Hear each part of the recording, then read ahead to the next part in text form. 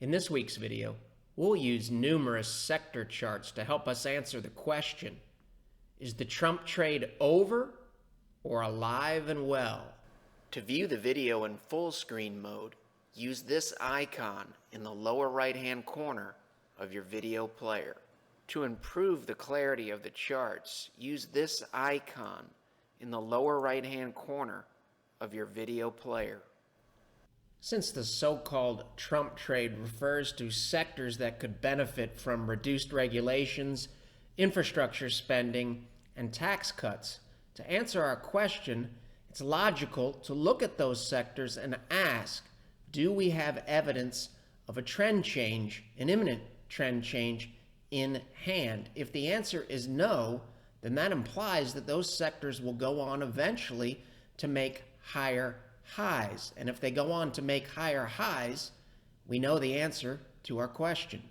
It's a daily chart of SPHB, which overweights those economically sensitive sectors. This chart is as of Friday, April 7th, 2017. Here's the U.S. election. Do we have any evidence in hand that says this rally is in doubt? The reason why we refer to the Trump trade as the so-called Trump trade, if you follow the markets closely, you know that these long-term uptrends did not start with the U.S. election. They began in February of 2016. So here's our uptrend that's making a series of higher highs and higher lows. Do we have any evidence that this move from point A to point B is in jeopardy, or the odds are starting to favor this trend rolling over?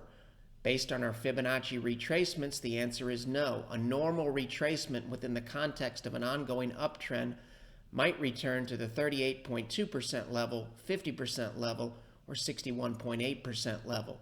Currently, we're well above all three. How about the 200-day moving average? Is it telling us that the current rally appears to be healthy from a long-term perspective or on the ropes?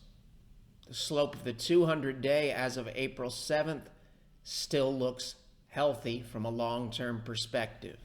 And even if we applied a stricter standard and said that the rally did begin at the U.S. election, and this was my point A, and this was my point B, we're still above all three of the normal retracements within the context of an ongoing uptrend based on a starting point of election day.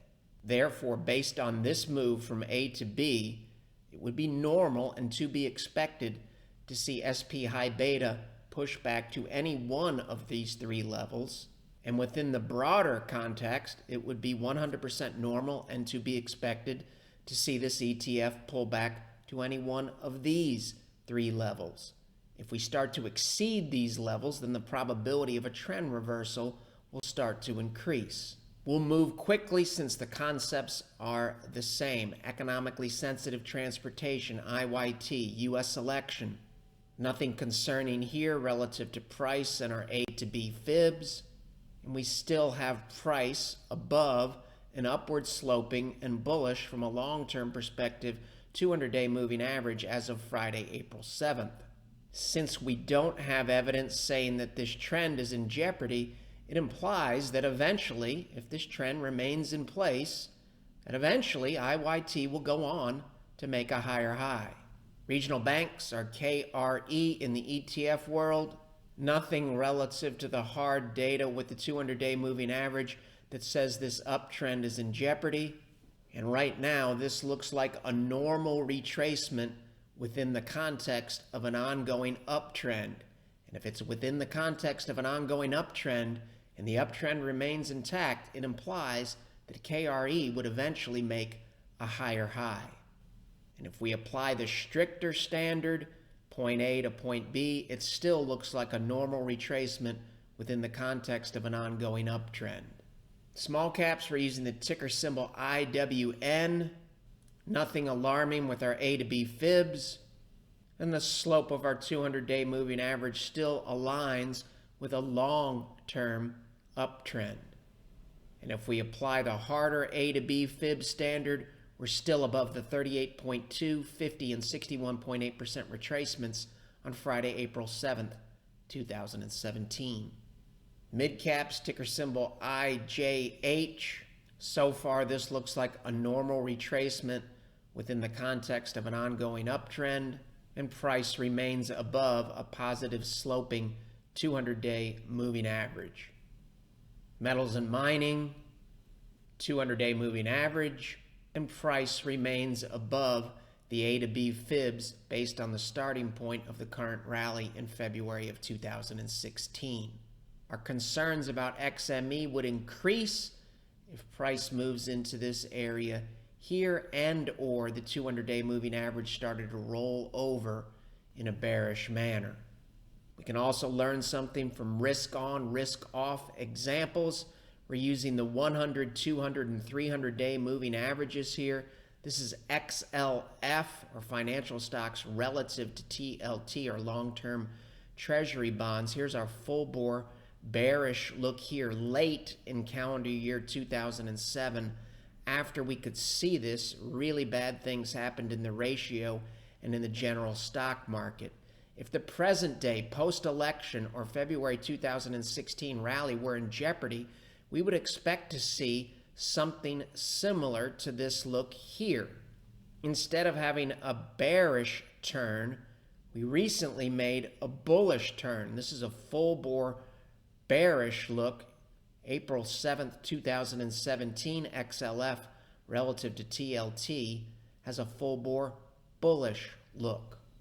Similar situation if we use small caps, IWM relative to TLT. Here's our warning flag and low probability look after that bad things happened.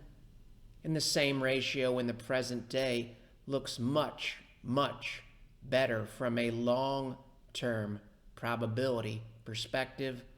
April 7th, 10:26 a.m. On October 21st, 2016, the market was once again concerned about the Fed and interest rates. We have a similar situation today with interest rates and also the Fed's balance sheet. We used the 100, 150, and 200 in October of 2016. That analysis turned out to be helpful. What can it tell us today when we have concerns about rates again? In the 2016 video, we looked at the case in December of 2015. After a rate hike here, the S&P 500 dropped an additional 13%. Therefore, we would be concerned if the present day looked similar to this period here. Therefore, in that 2016 video, we looked at these moving averages as of December 15th, 2015. And as you can see, before the 13% drop, we had a very concerning full-bore bearish look profile with blue, the fastest moving average on the bottom, and the slopes of all three moving averages were down.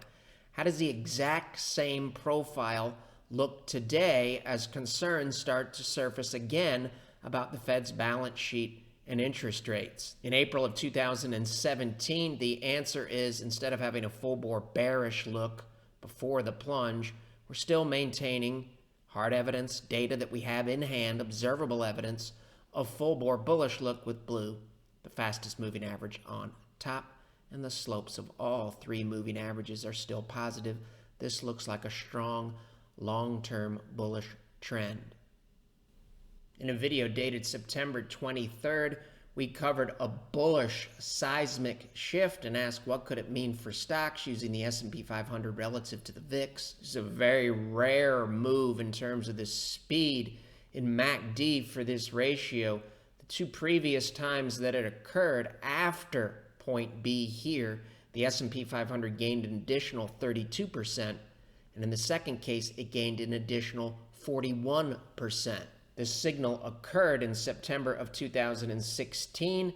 If the S&P 500 gained 32% from the levels in September of 2016, hypothetically, it would land at 2874.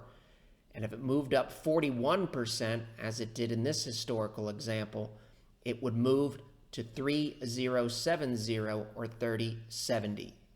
As a reference point, the close on Thursday, April 6th was well below both of these levels at 2357. Once again, helping us keep an open mind about better than expected outcomes going forward based on this rare move that occurred in September of 2016.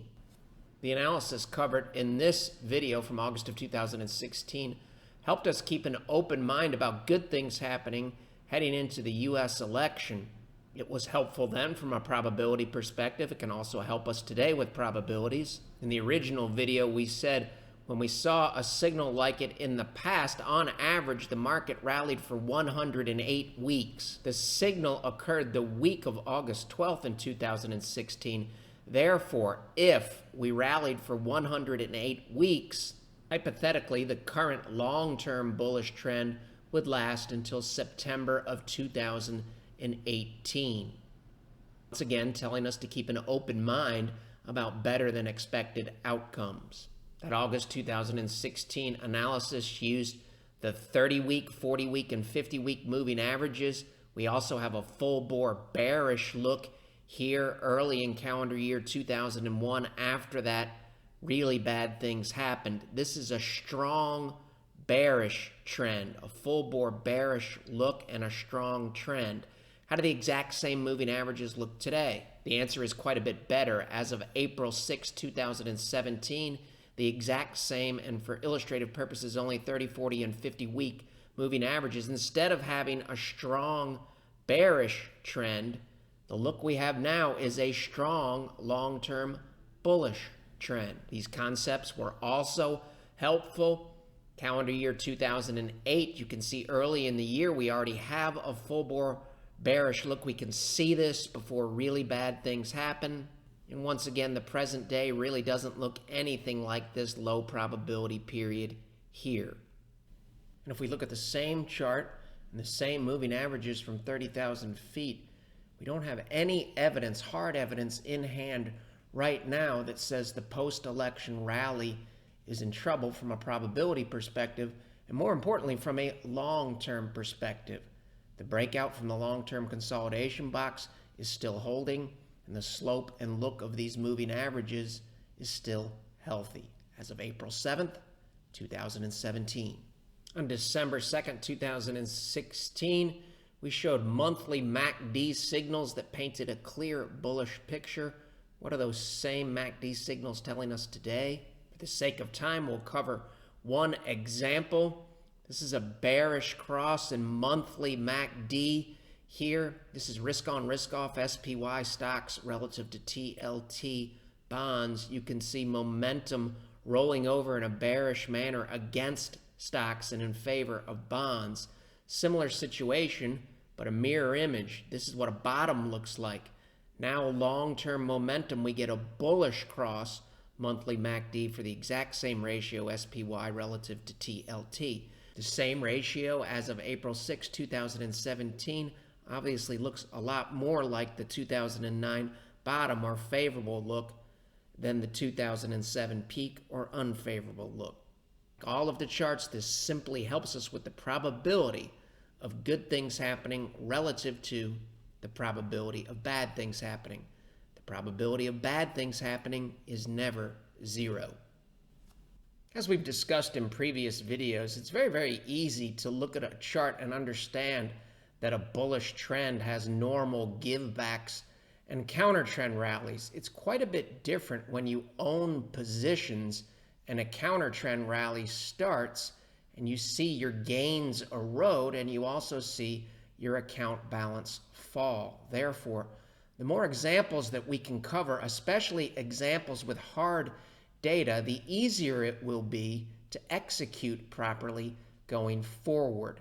In this hypothetical example, and this is a hypothetical example to illustrate basic concepts, we are not covering exactly how the market model would handle this move from point A to point B. The market model does use the basic concepts that we'll be illustrating.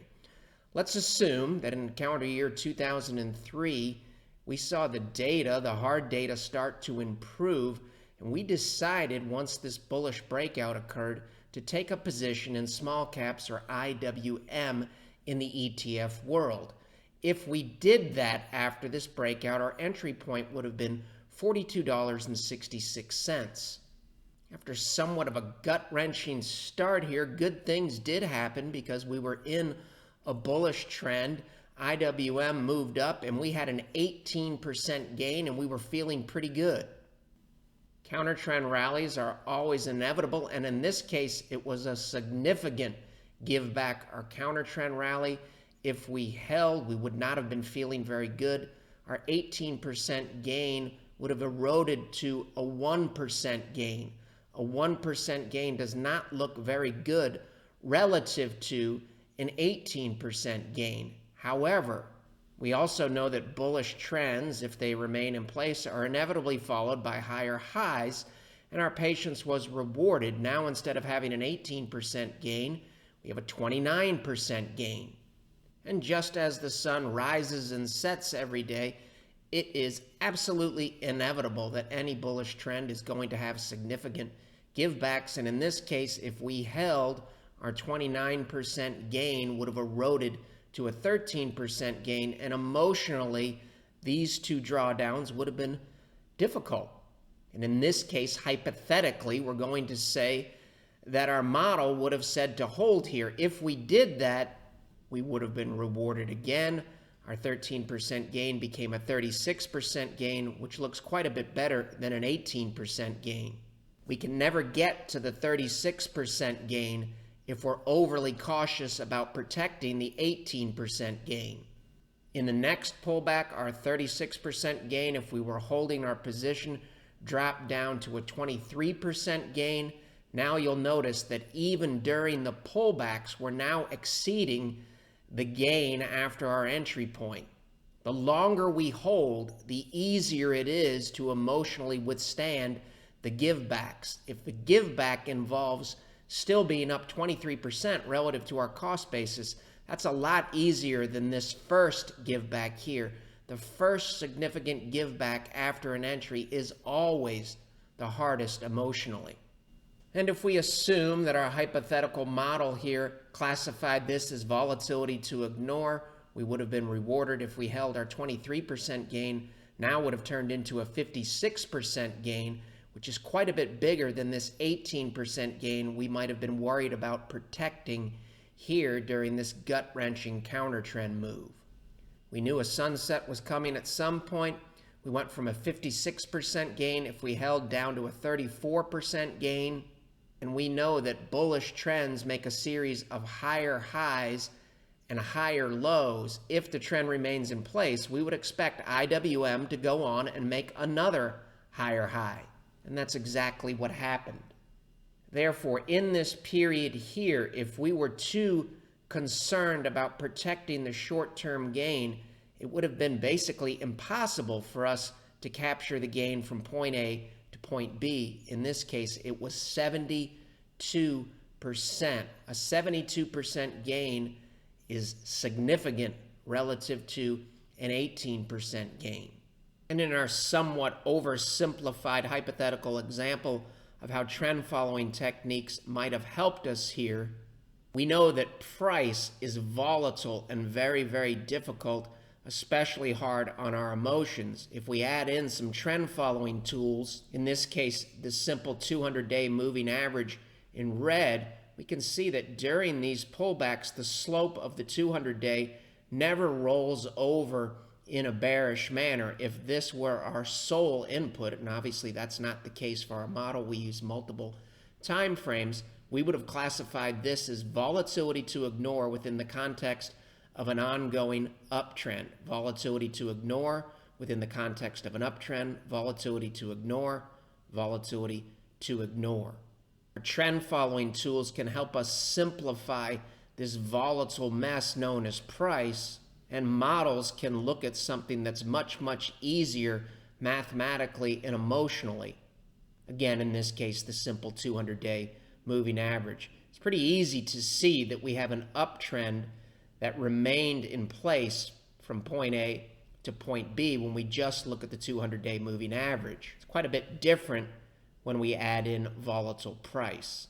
One of the things that makes markets extremely difficult, even if you're right and you enter this position here at this point based on an identification of a new long-term uptrend, Markets are basically consistent. They make us feel good. They make us feel bad. They make us feel good. They make us feel bad. We feel like we're right. We feel like we're wrong. We feel like we're smart. We feel like we're stupid. And what makes it especially difficult, the same emotional roller coaster applies to downtrends as well. A downtrend is basically just the mirror image of an uptrend, and the same emotional situation applies. I feel smart. I feel not so smart. I feel good. I feel bad. I feel good. I feel bad. I feel good. I feel bad. I feel like I'm right. I feel like I'm wrong. The same emotional swings are present in a downtrend that are present in an uptrend, and our trend following tools help us discern between volatility to ignore and volatility to respect. In our case, we're using multiple time frames, not just the 200-day moving average.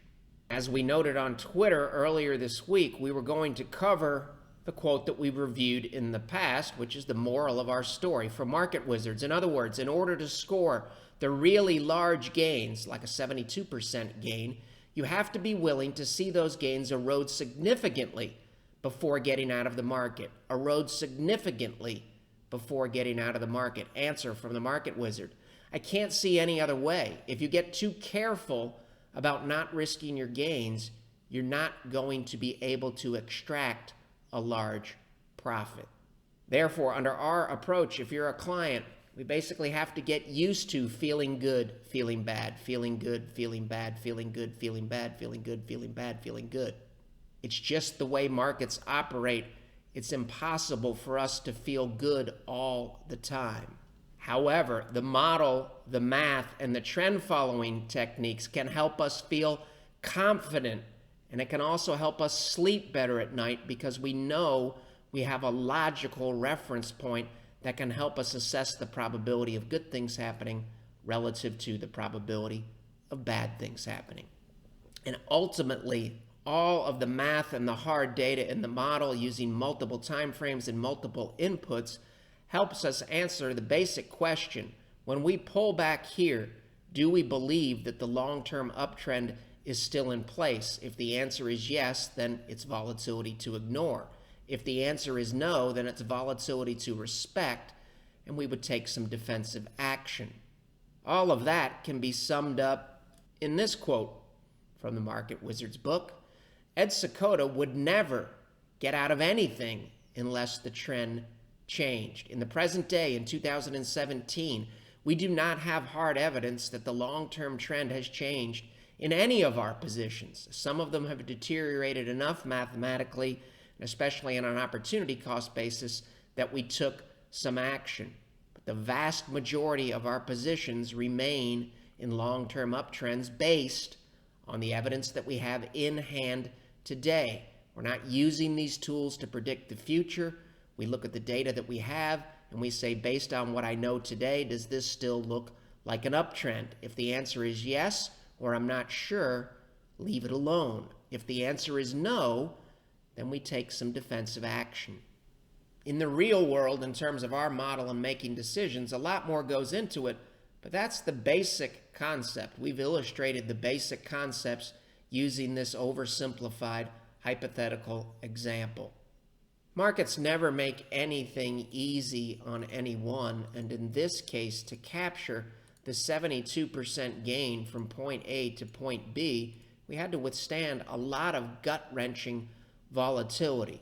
Our goal, and this is a hypothetical example, is to get from point A to point B and to capture a reasonable amount of this 72% gain based on the degree of volatility and deterioration that we see mathematically and in the hard data. On September 2nd of last year, we talked about a factual and important message from the 50 and 200-day moving averages. We'll quickly revisit that type of analysis and tie it into the present day. In oversimplified terms, this is volatility to ignore, volatility to respect, volatility to ignore, volatility to respect. And in this hypothetical example, the 200-day moving average, the slope was extremely helpful. It's also helpful if we remove volatile price from the equation. allowing us to see the slope rolling over in 2000 and rolling over again in 2007, turning back up in calendar year 2003, and turning back up in calendar year 2009.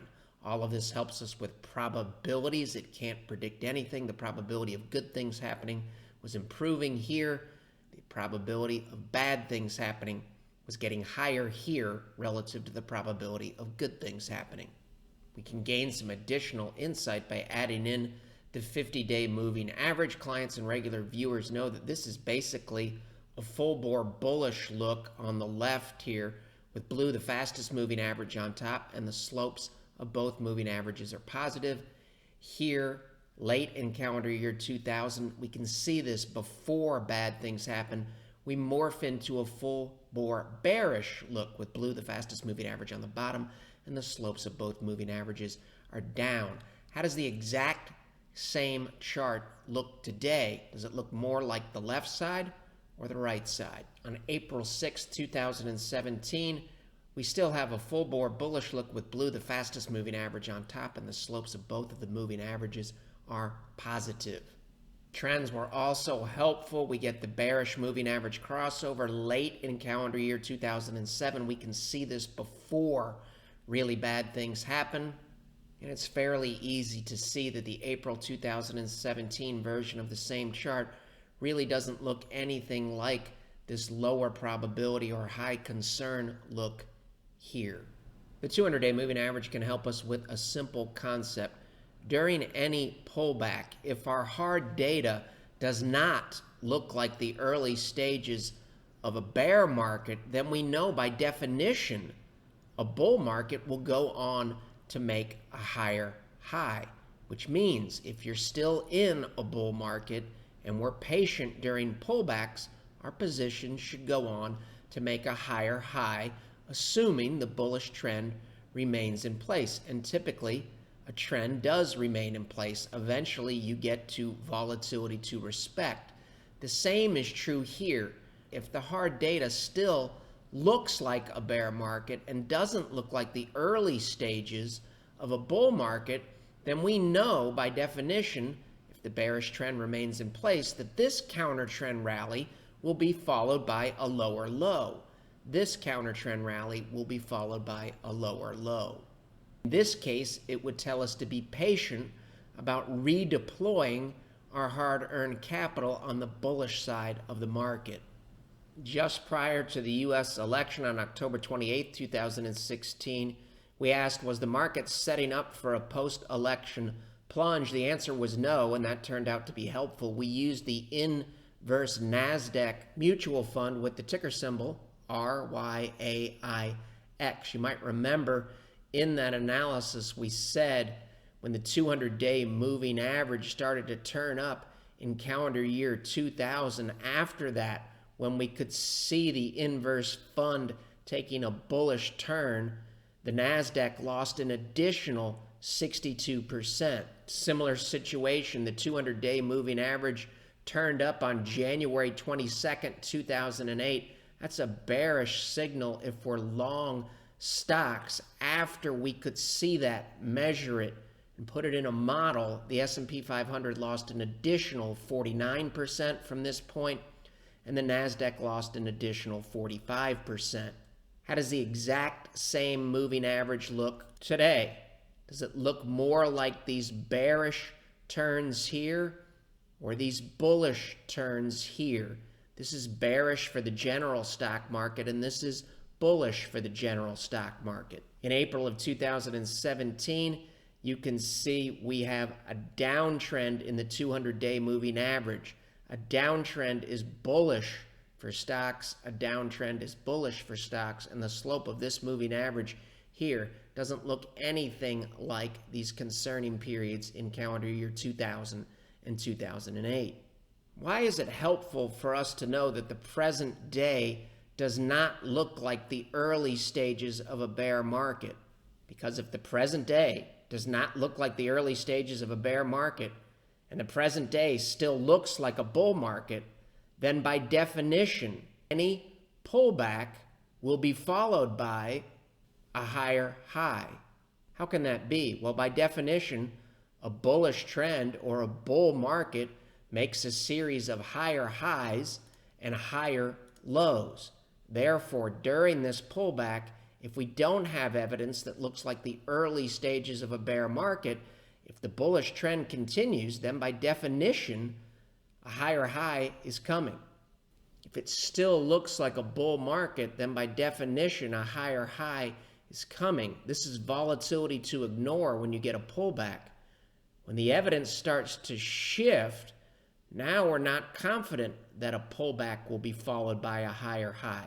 In fact, now we're becoming more confident that we're going to get a series of lower lows and lower highs. Therefore, this starts to become, hypothetically, in this case, based on the evidence, volatility to respect rather than volatility to ignore. Since we use the hard data to monitor and adjust if needed rather than anticipating and hoping, the only way we can execute properly is if we head into next week and every week with that flexible, unbiased, and open mind, allowing us to see volatility to respect in the data when it surfaces. How do we track all of this and convert it into a usable and actionable format in a reasonable amount of time? The submodels, we answer binary questions, some of them manually done, some of them programmed in Excel, and we also enter in unbiased and hard data. The submodels allow us to get a handle on the market's current profile, and the master CCM market model then looks at the current profile, compares it to past profiles, and recommends a prudent allocation between risk assets such as stocks and conservative assets such as bonds. Conservative assets can consist of cash, bonds, currencies, or any number of investment options. If you'd like to learn more about the market model or our money management services, you can visit our website, follow along on Twitter, Facebook, read our blog Short Takes, or watch past videos on the Shavaco Capital channel on YouTube. The material in this video has no regard to the specific investment objectives, financial situation, or particular needs of any viewer. This video is presented solely for informational purposes and is not to be construed as a solicitation or offer to buy or sell any security or any related financial instruments, nor should any of the content be taken as investment advice. Any opinions expressed in this video are subject to change without notice, and Shavaco Capital Management, LLC, or CCM, is not under any obligation to update or keep current the information contained herein. CCM and its respective officers and associates or clients may have an interest in the securities or derivatives of any entities referred to in this material.